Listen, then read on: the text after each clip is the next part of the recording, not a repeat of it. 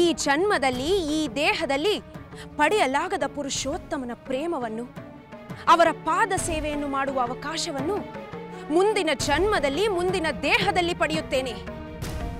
ಆಗ ನನ್ನ ಪತಿಯಿಂದಲೇ ನಿನ್ನ ಸಂಹಾರ. ನಮೋ ಅಗ್ನಿದೇವ, ನನ್ನ ದೇಹವನ್ನು ಸ್ವೀಕರಿಸು.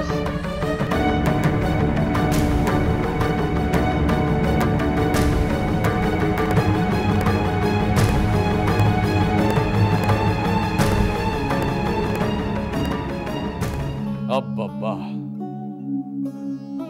ಮುನೀಂದ್ರ, ಆ ದಶಕಂಠ ರಾವಣನ ದುಷ್ಟತನಗಳ ಬಗ್ಗೆ ಕೇಳಿದೆ. ತನ್ನ ಮಲ ಸಹೋದರನಾದ ಕುಬೇರನನ್ನು ಲಂಕೆಯಿಂದ ಓಡಿಸಿ ಅದನ್ನು ತನ್ನ ವಶಪಡಿಸಿಕೊಂಡಿದ್ದ. ಇದಾದ ಮೇಲೆ ಕುಬೇರನು ಅಳಕಾ ನಗರಿಯಲ್ಲಿದ್ದರೂ ಅಲ್ಲಿಗೂ ಹೋಗಿ ಅವನ ಪುಷ್ಪಕ ವಿಮಾನವನ್ನು ಅಪಹರಿಸಿದ. ಇದಾದ ನಂತರ ಪರಮೇಶ್ವರನ ಕೈಲಾಸವನ್ನು ಎತ್ತಲು ಹೋಗಿ ಗರ್ವಭಂಗವಾದ ಮೇಲೂ ರಂಬೆಯನ್ನು ಬಲಾತ್ಕರಿಸಿದ. ಇಷ್ಟೆಲ್ಲ ಅನಾಹುತಗಳಾದ ಮೇಲೂ ವಿವೇಕವನ್ನು ತಂದುಕೊಳ್ಳದೆ ವೇದವತಿಯನ್ನು ಬಲಾತ್ಕರಿಸಲು ಮುಂದಾದ ಎಂಬ ವಿಚಾರವು ತಮ್ಮಿಂದ ತಿಳಿದ ಮೇಲಂತೂ ಆ ರಾವಣನ ಬಗ್ಗೆ ಜಿಗುಪ್ಸೆಯೂ ತಿರಸ್ಕಾರವೂ ಉಂಟಾಗಿದೆ. ಜನಕ ಮಹಾರಾಜ, ಆ ರಾವಣನಿಂದ ಮುಂದೆ ಇನ್ನು ಏನೇನು ಅನಾಹುತಗಳು ನಡೆಯಬೇಕಾಗಿದೆಯೋ. ಒಟ್ಟಿನಲ್ಲಿ ವೇದವತಿಯು ನಿನಗೆ ಸೀತೆಯಾಗಿ ಸಿಗಲು ಆ ರಾವಣನ ಪಾತ್ರವೂ ಇದೆ ಎನ್ನುವುದು ನಿನಗೆ ತಿಳಿಯಿತಲ್ಲ. ಆದರೆ ಮುನೀಂದ್ರ, ಆ ರಾವಣನ ದುಷ್ಟತನವನ್ನು ಸಹಿಸದ ವೇದವತಿಯು ತನ್ನನ್ನು ತಾನೇ ದಹಿಸಿಕೊಂಡು ಭಸ್ಮವಾದಳು ಎಂದಿರು. ಹೀಗೆ ಭಸ್ಮವಾದ ವೇದವತಿಯು ನಮ್ಮ ರಾಜ್ಯದ ಭೂಮಿಯಲ್ಲಿ, ಅದು ಸ್ವರ್ಣ ಪೆಟ್ಟಿಗೆಯಲ್ಲಿ ಶಿಶಿರೂಪಿಯಾಗಿ ಪುನರವತರಿಸಲು ಕಾರಣವಾದಳು. ಹೇಳುತ್ತೇನೆ ಮಹಾರಾಜ, ಹೇಳುತ್ತೇನೆ. ವೇದವತಿಯು ಭಸ್ಮವಾದ ಮೇಲೆ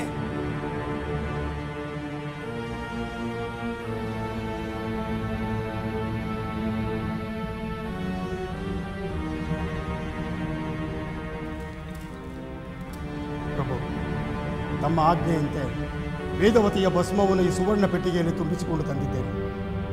ಇದನ್ನು ಲಂಕೆಗೆ ಹೊಯ್ದು ಜಲದಲ್ಲಿ ವಿಸರ್ಜಿಸಿ ಸಂಸ್ಕಾರ ನಡೆಸಿದ. ಮೂರ್ಖರಂತೆ ಮಾತನಾಡಬೇಡ. ಆ ಸುಂದರಿಯ ನೆನಪಾದೊಡನೆ ಈ ಭಸ್ಮವು ನನ್ನ ಕಣ್ಣು ಮುಂದೆ ಇರಬೇಕು. ನಮ್ಮ ಚಿತ್ತ ಪ್ರಭು.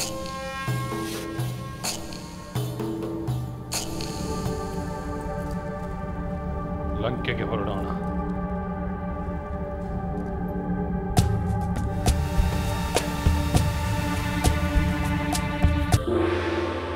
ಮಹಾರಾಜ, ಈ ಸೀತೆಯು ನಿನಗೆ ದೊರೆತು ಹಿಂದೆಂದೂ ಕಾಣದಂತಹ ಆನಂದವನ್ನು, ಸಂಭ್ರಮವನ್ನು ಉಂಟು ಮಾಡಿದ್ದಾಳೆ ಅಲ್ಲವೇ? ಹೌದು. ಈ ಅರಮನೆಯಲ್ಲಿ ಕಂದನ ಅಳು ನಗುವನ್ನು ಕೇಳುತ್ತೇನೆಯೂ ಇಲ್ಲವೋ, ಆ ಮಗುವು ತಪ್ಪು ಹೆಜ್ಜೆಗಳನ್ನು ಇಡುವುದನ್ನು ನೋಡುತ್ತೇನೆಯೂ ಇಲ್ಲವೋ, ಹಸು ಕಂದನನ್ನು ಎತ್ತಿ ಮುದ್ದಾಡುವ ಭಾಗ್ಯ ನನಗೆ ಈ ಜನ್ಮದಲ್ಲಿ ಲಭಿಸುತ್ತದೆಯೋ ಇಲ್ಲವೋ ಎಂಬ ಆತಂಕ ಉಂಟಾಗಿತ್ತು. ಆದರೆ ಈಗ ಅದೆಲ್ಲವೂ ಪರಿಹಾರವಾಗಿ ಮಹದಾನಂದವಾಗಿದೆ. ಈ ಕಂದ ಹಿಂದಿನ ಜನ್ಮದಲ್ಲಿ ವೇದವತಿಯಾಗಿದ್ದನ್ನು ನಮಗೆ ಹೇಳಿದೆ. ಆದರೆ ಸ್ವರ್ಣ ಪೆಟ್ಟಿಗೆಯಲ್ಲಿ ಈ ಮಗು ನಮ್ಮ ರಾಜ್ಯದ ಭೂಮಿಯಲ್ಲಿ ಹೇಗೆ ಸೇರಿತು ಎಂಬ ವಿಚಾರವನ್ನು ತಿಳಿಯಲು ಕ್ಷಣ ಕ್ಷಣಕ್ಕೂ ನನ್ನಲ್ಲಿ ಕುತೂಹಲ ಉಂಟು ಮಾಡುತ್ತದೆ. ಅದನ್ನು ದಯಮಾಡಿ ತಿಳಿಸುತ್ತೇನೆ ಮಹಾರಾಜ. ವೇದವತಿಯು ಭಸ್ಮವಾದ ನಂತರ ಆ ಭಸ್ಮವನ್ನು ರಾವಣನು ಲಂಕೆಗೆ ತೆಗೆದುಕೊಂಡು ಹೋದನು. ಅನಂತರ ಲಂಕೆಯಲ್ಲಿ ರಾವಣನಿಗೆ ಹಲವಾರು ಸೋಲುಗಳು, ತೊಂದರೆಗಳು ಉಂಟಾದವು. ಕೈಲಾಸ ಪರ್ವತವನ್ನೇ ಅಲುಗಾಡಿಸಿದ ಬಲವಂತ, ಪರಶಿವನಿಂದ ರಾವಣ ಎಂದು ಕರೆಸಿಕೊಂಡ ಧೀಮಂತ, ಉಗ್ರ ತಪಸ್ಸಿನಿಂದ ಬ್ರಹ್ಮನನ್ನು ಮೆಚ್ಚಿಸಿ ವರವನ್ನು ಪಡೆದು 3 ಲೋಕಗಳನ್ನು ಜಯಿಸಿದ ಪರಾಕ್ರಮಿ, ಯಾವ ಲೋಕದಲ್ಲಿಯೂ ಇಲ್ಲದ ವೈಭವದ ಲಂಕಾಧೀಶ್ವರ, ಸೋಲನ್ನೇ ಕಾಣದ ಸಾಹಸಿ, ಬಯಸಿದ್ದನ್ನು ಕ್ಷಣಾರ್ಧದಲ್ಲಿ ಪಡೆಯುವ ಚತುರ. ಇಂತಹ ರಾವಣನಿಗೆ ಸೋಲು ಕಾರ್ತ್ಯವೀರ್ಯಾರ್ಜುನನೆದುರಿಗೆ ಸೋಲು, ವಾಲಿ ಎದುರಿಗೆ ಸೋಲು, ಸೋಲು ಸೋಲು ಸೋಲು. ಏ ರಾವಣ, ಏನನ್ನು ಬೇಕಾದರೂ ಸಹಿಸಬಲ್ಲ, ಆದರೆ ಸೋಲನ್ನು ಸಹಿಸುವುದಿಲ್ಲ, ತಿರಸ್ಕಾರವನ್ನು ಸಹಿಸುವುದಿಲ್ಲ. ನಿಮ್ಮಲ್ಲಿ ಯಾರಾದರೂ ಇದಕ್ಕೆ ಉತ್ತರ ಕೊಡಿ. ಯಾಕೆ ಯಾಕೆ ಈ ಸೋಲು ಸಂಭವಿಸುತ್ತಿದೆ? ನನಗೆ ಉತ್ತರ ಬೇಕು. ಇಲ್ಲದಿದ್ದರೆ ನಿಮ್ಮ ತಲೆದಂಡ. ಈ ಸೋಲಿಗೆ ಕಾರಣವನ್ನು ತಿಳಿಸಿ ಗೆಲ್ಲುವ ಮಾರ್ಗವನ್ನು ಸೂಚಿಸಿ. ಅಮಾತ್ಯರೇ, ಮಾತನಾಡಿ. ಮಹಾಪ್ರಭು, ಯಾವುದೇ ಹೋರಾಟದಲ್ಲಿ ಶತ್ರುವಿನ ಬಲವನ್ನು ಮುಂಚಿತವಾಗಿ ಅರಿತು ಅದಕ್ಕೆ ತಕ್ಕಂತೆ ಸಿದ್ಧತೆ ಮಾಡಿ ಯುದ್ಧ ಮಾಡುವುದು ಜಯಕ್ಕೆ ಕಾರಣವಾಗುತ್ತದೆ. ಆದರೆ ತಾವು ಅನುಭವಿಸಿದ ಸೋಲಿನಲ್ಲಿ ಅಂತಹ ಸಿದ್ಧತೆಗಳು ಮಾಡದೇ ಇರುವುದು ಎದ್ದು ಕಾಣುತ್ತವೆ. ಪ್ರಭು, ಇನ್ನು ಮುಂದಾದರೂ ವೈರಿಯ ಬಲವನ್ನರಿತು ತಮ್ಮ ಬಲವನ್ನು ಹೆಚ್ಚಿಸಿಕೊಂಡು ಯುದ್ಧ ತಂತ್ರವನ್ನು ರೂಪಿಸಿದರೆ ಈರೇಳು ಲೋಕದಲ್ಲಿ ತಮ್ಮನ್ನು ಜಯಿಸುವವರೇ ಇರುವುದಿಲ್ಲ. ಪ್ರಭು, ಅಮಾತ್ಯರೇ, ಸಾಮಾನ್ಯ ಕ್ಷತ್ರಿಯರ ಯುದ್ಧ ತಂತ್ರವನ್ನು ಗೇಳಿ ಪಾಠದಂತೆ ನನಗೆ ಒಪ್ಪಿಸಬೇಕಾಗಿಲ್ಲ. ನನಗೆ ಯುದ್ಧವನ್ನು ಗೆಲ್ಲಲು ಯುದ್ಧ ತಂತ್ರ ಬೇಕಾಗಿರಲಿಲ್ಲ. ಈ ರಾವಣನ ಬಲ ಒಂದೇ ಸಾಕಾಗಿತ್ತು. ಆದರೆ ಆ ಬಲ ದುರ್ಬಲವಾಯಿತೇಕೆ? ಅದನ್ನು ಯೋಚಿಸಿ ಹೇಳಿ. ಮಹಾಪ್ರಭು, ತಮ್ಮ ಬಲ ದುರ್ಬಲವಾಯಿತು ಎಂದು ತಿಳಿಯುವುದರ ಬದಲು ವೈರಿಯ ಬಲ ಪ್ರಬಲವಾಗಿತ್ತು ಎಂದು ತಿಳಿದರೆ ಸೋಲಿಗೆ ಕಾರಣವೂ ತಿಳಿದಂತೆ. ಇನ್ನು ಮುಂದೆ ಆ ವೈರಿಗಿಂತ ಹೆಚ್ಚು ಪ್ರಬಲತೆಯನ್ನು ಹೊಂದುವುದರ ಬಗ್ಗೆ ಯೋಚಿಸಿದರೆ ಆಗ ನೀವು ಎಲ್ಲರನ್ನೂ ಜಯಿಸಿದಂತೆ. ಈ ಪ್ರಬಲ ದುರ್ಬಲ ವಿಚಾರವನ್ನು ಯಾವುದಾದರೂ ಮಕ್ಕಳಿಗೆ ತಿಳಿಸಿ, ನನಗಲ್ಲ. ಗುರುವರ್ಯ, ನೀವೇಕೆ ಸುಮ್ಮನೆ ಕುಳಿತಿರುವಿರಿ? ನನ್ನ ಪ್ರಶ್ನೆಗೆ ಈ ಅಮಾತ್ಯರುಗಳಿಂದ ಸಮಾಧಾನಕರ ಉತ್ತರ ಸಿಗಲಿಲ್ಲ. ನೀವಾದರೂ ಕೊಡುವಿರೋ ಇಲ್ಲವೋ? ಹೇಳುತ್ತೇನೆ ರಾವಣ, ಹೇಳುತ್ತೇನೆ. ಈ ನಿನ್ನ ಆತಂಕ ಸೋಲಿಗೆ ನೀನೇ ಕಾರಣ. ನೀನು ತಂದಿಟ್ಟಿರುವ ವಸ್ತುವೇ ಕಾರಣ. ಗುರುವರ್ಯ, ಅದಾವ ವಸ್ತು ನನ್ನನ್ನು ತಡೆದಿದೆ? ಅದು ನನಗೆ ಎಷ್ಟೇ ಆಪ್ತವಾಗಿರಲಿ ಅದನ್ನು ದೂರವಿಡುತ್ತೇನೆ. ಹೇಳಿ ಗುರುವರ್ಯ, ಅದಾವ ವಸ್ತು ಎಂದು ತಕ್ಷಣ ತಿಳಿಸಿ. ಭಸ್ಮ, ನೀನು ತಂದಿರುವ ವೇದವತಿಯ ಭಸ್ಮ. ಈ ನಿನ್ನ ಸೋಲಿಗೆ ಕೇಡಿಗೆ ಅದೇ ಕಾರಣ. ಪ್ರಬಲನಾದ ಸೂರ್ಯನನ್ನು ಮೋಡಗಳು ಮುಸುಕಿದಾಗ ಸೂರ್ಯನ ಶಕ್ತಿಯನ್ನು ಭೂಮಿ ಮುಟ್ಟಲು ಹೇಗೆ ವಿಫಲವಾಯಿತೋ ಹಾಗೆ ನಿನ್ನ ಬಲವು ಪ್ರಕಾಶಿಸುವಲ್ಲಿ ಆ ವಸ್ತು ತಡೆದಿದೆ. ಆಕೆ ಸಿಟ್ಟಾಗಿ ತನ್ನನ್ನು ತಾನೇ ಸುಟ್ಟುಕೊಂಡವಳ ಭಸ್ಮ ಅದು.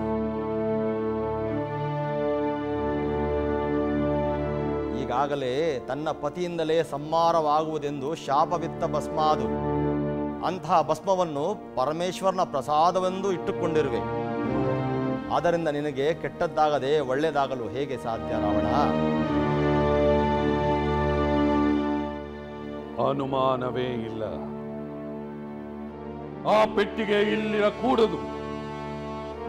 ವೇದವತಿ, ಭಸ್ಮವಾದ ಮೇಲೂ ನನಗೆ ಕೇಡನ್ನು ಬಯಸುತ್ತಿರುವೆಯ? ಆ ದುಷ್ಟ ಸ್ವರ್ಣ ಪೆಟ್ಟಿಗೆಯನ್ನು ತನ್ನಿ. ಅಪ್ಪನೇ ಪ್ರಭು.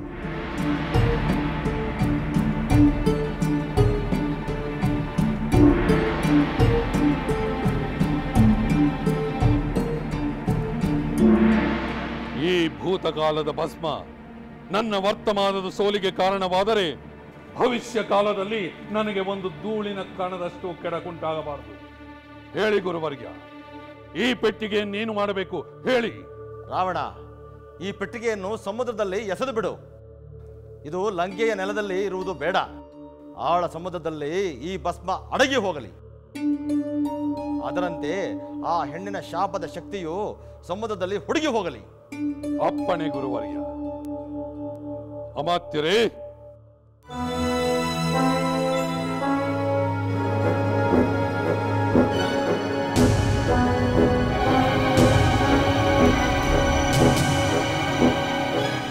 ಮಹಾರಾಜ, ಈ ರೀತಿಯಾಗಿ ಗುರುಗಳು ರಾವಣನಿಗೆ ಹೇಳಿದಂತೆ ರಾವಣನು ಭಸ್ಮವಿದ್ದ ಪೆಟ್ಟಿಗೆಯನ್ನು ಲಂಕೆಯ ಸಮುದ್ರಕ್ಕೆ ಎಸೆದನು. ಸಮುದ್ರದ ಅಲೆಗಳ ಹೊಡೆತಕ್ಕೆ ಸಿಕ್ಕಿ ಆ ಪೆಟ್ಟಿಗೆಯು ತೀರಕ್ಕೆ ಬಂದು ಬಿತ್ತು. ಕಳ್ಳರ ಗುಂಪೊಂದು ಅದನ್ನು ನೋಡಿ ಅದರಲ್ಲಿ ಸಂಪತ್ತು ಇರಬಹುದೆಂದು ಭಾವಿಸಿ ಅದನ್ನು ಒಡೆಯಲು ಪ್ರಯತ್ನಿಸಿ ವಿಫಲರಾಗಿ ಅದನ್ನು ತಮ್ಮೊಡನೆ ಕೊಂಡೊಯ್ದರು. ಕಡೆಗೊಂದು ದಿನ ನಿನ್ನ ರಾಜ್ಯದ ನದಿಯ ಬಯಲಿನಲ್ಲಿ ಚಿನ್ನದ ಪೆಟ್ಟಿಗೆಯನ್ನು ಹೂತಿಟ್ಟು ಎಂದೆಂದಾದರೂ ಒಂದು ದಿನ ಅದನ್ನು ಒಡೆಯಲು ಪ್ರಯತ್ನ ಮಾಡಬಹುದೆಂದು ಹೊರಟು ಹೋದರು. ನಿನ್ನ ರಾಜಪುರೋಹಿತರು ನಿನ್ನ ಯಾಗಕ್ಕಾಗಿ ಆ ನದಿಯ ಪ್ರದೇಶವನ್ನೇ ಆಯ್ಕೆ ಮಾಡಿದರು. ನೀನು ಅಲ್ಲಿ ನೇಗಿಲು ಹೂಡಿದೆ. ಆಗ ನಿನಗೆ ಈ ಮಗು ಇದ್ದ ಪೆಟ್ಟಿಗೆ ದೊರೆಯಿತು. ಹಾಗಾದರೆ ವೇದವತಿಯ ಭಸ್ಮವು ಇಂತಹ ಮುದ್ದಿನ ಮಗುವಾಗಿ ರೂಪಾಂತರಗೊಂಡಿದೆ. ಹೌದು ಮಹಾರಾಜ, ಆ ಭಸ್ಮ ಪೆಟ್ಟಿಗೆ ಎಲ್ಲವೂ ನಿಮಿತ್ತ ಮಾತ್ರ. ಈ ಮಹಾಲಕ್ಷ್ಮಿಯ ಸ್ವರೂಪವು ಯಾವಾಗ ಬೇಕಾದರೂ ಹೇಗೆ ಬೇಕಾದರೂ ವ್ಯಕ್ತಗೊಳ್ಳಬಹುದು. ಅದಕ್ಕೆ ಯಾವ ದ್ರವ್ಯದ ಅವಶ್ಯಕತೆಯೂ ಇಲ್ಲ. ಅವರವರ ಸಾಧನೆಗೆ ಅನುಗುಣವಾಗಿ ಪ್ರತಿಫಲಗಳನ್ನು ಲೋಕದ ಜೀವಿಗಳಿಗೆ ನೀಡುವ ಕಾರಣಕ್ಕೆ ನೆಪ ಮಾತ್ರಕ್ಕೆ ಪ್ರಕಟಗೊಳ್ಳುತ್ತಾರೆ ಅಷ್ಟೇ. ನಿನ್ನ ಅನೇಕ ಜನ್ಮಗಳ ಫಲಾನುಫಲದಿಂದಾಗಿ ಆದಿಮಾತೆಯು ನಿನ್ನ ಮನೆಯಲ್ಲಿ ಬೆಳೆಯುವ ಭಾಗ್ಯವನ್ನು ನಿನಗೆ ಕರುಣಿಸಿದ್ದಾಳೆ. ನಾರಾಯಣ ನಾರಾಯಣ. ಆಹಾ, ಸರಿಯಾದ ಮಾತನ್ನೇ ಆಡಿದೆ. ಇಂತಹ ಭಾಗ್ಯ ಸಿಗುವುದು ಅತ್ಯಂತ ದುರ್ಲಭ. ನಾರಾಯಣ ನಾರಾಯಣ. ಜನಕ ಮಹಾರಾಜ, ಈ ತ್ರೇತಾಯುಗದಲ್ಲಿ ನಿಮ್ಮ ಮೇಲೆ ಆ ಭಗವಂತನ ಕೃಪೆ ಅಪಾರವಾಗಿ ಆಗುತ್ತದೆ. ಮುಂದೆ ನಿನ್ನಿಂದ ಮಹತ್ ಕಾರ್ಯವಾಗಲು ಮಗುವಿನ ರೂಪದ ಮಹಾತಾಯಿ ನಿನ್ನ ಅರಮನೆಯಲ್ಲಿ ಶುಕ್ಲ ಪಕ್ಷದ ಚಂದ್ರನಂತೆ ದಿನದಿಂದ ದಿನಕ್ಕೆ ಬೆಳಗುತ್ತಾ ಬೆಳೆಯುತ್ತಾಳೆ. ಅಷ್ಟೇ ಅಲ್ಲ, ನಿನಗೆ ಮಕ್ಕಳಾಗಲಿಲ್ಲವೆಂಬ ಕೊರತೆಯನ್ನು ನೀಗಿಸಲು ಸಂತಾನ ಪ್ರಾಪ್ತಿಯಾಗುತ್ತದೆ. ಅವರ ಹಿರಿಯಕ್ಕನಾಗಿ ಸೀತಾ ತನ್ನ ಬಾಲ್ಯ ಲೀಲೆಗಳಿಂದ ಈ ಅರಮನೆಯ ಸೊಬಗನ್ನು ಬೆಳಗಿಸುತ್ತಾಳೆ. ಮುಂದೆ ನಿನ್ನ ಹಾಗೂ ನಿನ್ನ ತಮ್ಮನ ಮಕ್ಕಳ ಮನೋಹರ ದೃಶ್ಯಗಳನ್ನು ನೋಡುವ ನೀನೇ ಧನ್ಯ ಮಹಾರಾಜ, ನೀನೇ ಧನ್ಯ. ನಾರಾಯಣ ನಾರಾಯಣ.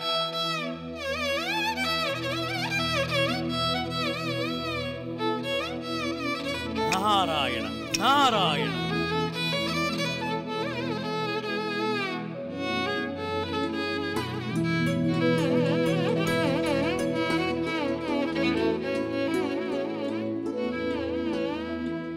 ಅನುಪಮರಾನಂದ ತಂದೇಹ ಸಿರಿಕಂದ ಅಗಣಿತ ಚೆಲುವಿನ ವದನಾರವಿಂದ ಮಿಥಿಲೆಯ ಭಾಗ್ಯವೋ ದಿವಿಚಾರ ವರವೋ ಜನಕರ ವಂಶದ ಭಾಗ್ಯದ ನಿಧಿಯೋ ರವಿ ಶಶಿ ತಾರಾ ಕಾಂತಿಯ ಕಣ್ಗಳು ನವರತ್ನಗಳ ಮೀರಿದ ಚೆಲುವು ಅಷ್ಟಲಕ್ಷ್ಮಿಗಳ ಸಕಲ ಸಂಪದವು ಭುವಿಯಲ್ಲಿ ಸಿಕ್ಕಿತು ಅಪರೂಪದ ಮುತ್ತು. ಅನುಪಮರಾನಂದ ತಂದೇಹ ಸಿರಿಕಂದ ಅಗಣಿತ ಚೆಲುವಿನ ವದನಾರವಿಂದ ಅಗಣಿತ ಚೆಲುವಿನ ವದನಾರವಿಂದ ಅಗಣಿತ ಚೆಲುವಿನ ವದನಾರವಿಂದ.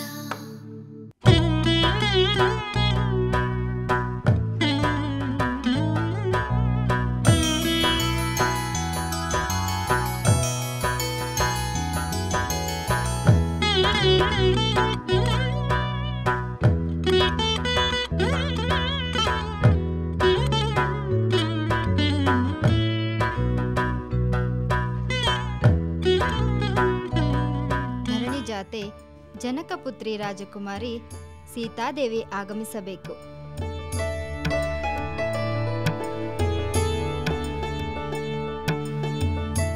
ಜನಕ ಮಹಾಪ್ರಭು ಪುತ್ರಿ ಊರ್ಮಿಳಾದೇವಿ ದಯಮಾಡಿಸಬೇಕು.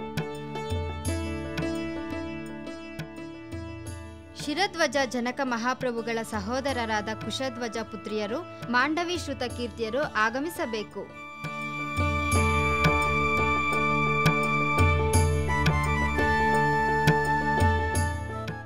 ರಾಜಕುಮಾರಿಯರೇ, ಈಗ ನೀವು ನಿಮ್ಮ ಬಳಿ ಇರುವ ಹೂಗಳಿಂದ ಮಾಲೆಯನ್ನು ಕಟ್ಟಿ ಅಲ್ಲಿರುವ ದೇವಿಯ ಶಿಲಾ ವಿಗ್ರಹಕ್ಕೆ ಹಾರ ಹಾಕಬೇಕು. ಎಲ್ಲರಿಗಿಂತ ಕೊನೆಯಲ್ಲಿ ಹಾಕಿದವರು ಕಣ್ಣಾಮುಚ್ಚಾಲೆ ಆಟದಲ್ಲಿ ಅವಿತುಕೊಂಡವರನ್ನು ಹುಡುಕಬೇಕು. ಈಗ ಈ ಮಾಲೆ ಕಟ್ಟಿ ದೇವಿಗೆ ಹಾರ ಹಾಕುವ ಕಾರ್ಯವನ್ನು ಮುಂದುವರಿಸಿ.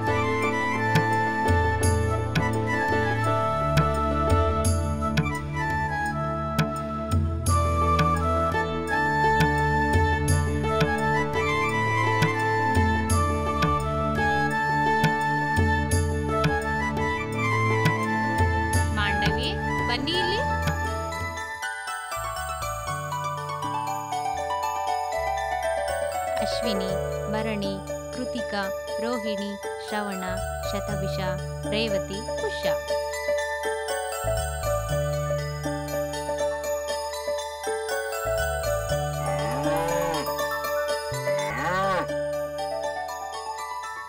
ಸಹೋದರಿ, ಅಲ್ಲಿ ಕಾಡಿದೆ, ಅಲ್ಲಿ ಏಕೆ ಹೋಗುತ್ತಿರುವೆ? ಬರುವೊಂದು ಅಪಾಯದಿಂದ ಕೂಗುತ್ತಿದೆ. ನಾ ಅದನ್ನು ರಕ್ಷಿಸಲು ಹೋಗುತ್ತಿದ್ದೇನೆ. ಬೇಡ ಸಹೋದರಿ, ಅಲ್ಲಿ ಹೋಗಬೇಡ. ಊರ್ಮಿಳಾ, ಈ ವಿಚಾರವನ್ನು ಕೂಡಲೇ ಮಾಂಡವಿಗೆ ತಿಳಿಸೋಣ ಬಾ. ಮಾಂಡವಿ, ಮಾಂಡವಿ, ಮಾಂಡವಿ, ಏನಾಯಿತು? ಅಲ್ಲಿ ನೋಡು, ಸಹೋದರಿಯು ಪ್ರಾಣಿಯೊಂದನ್ನು ರಕ್ಷಿಸಲು ಕಾಡಿನೆಡೆಗೆ ಹೋಗುತ್ತಿದ್ದಾಳೆ. ಅಯ್ಯಯ್ಯೋ, ಅದು ಭಯಂಕರವಾದ ಕಾಡು. ಅಲ್ಲಿ ಭಯಂಕರವಾದ ಕಾಡು ಪ್ರಾಣಿಗಳು ಇದೆಯಲ್ಲ. ಹೌದು, ನನಗೂ ಹೋಗಲು ಭಯವಾಗುತ್ತಿದೆ. ಆದರೆ ಸಹೋದರಿಯು ಕಾಡಿಗೆ ಹೋಗೇ ಬಿಟ್ಟಳಲ್ಲ. ಅಯ್ಯಯ್ಯೋ, ಆನೆ ಗರ್ಜನೆ ಕೇಳಿಸುತ್ತಿದೆ.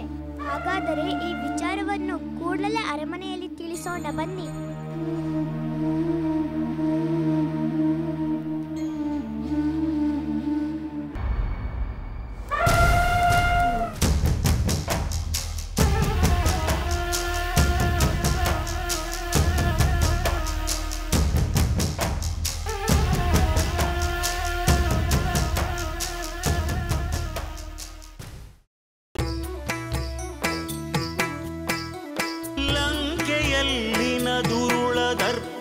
ಸೀತೆ ಸಹನೆಗೆ ಸೋತಿತು.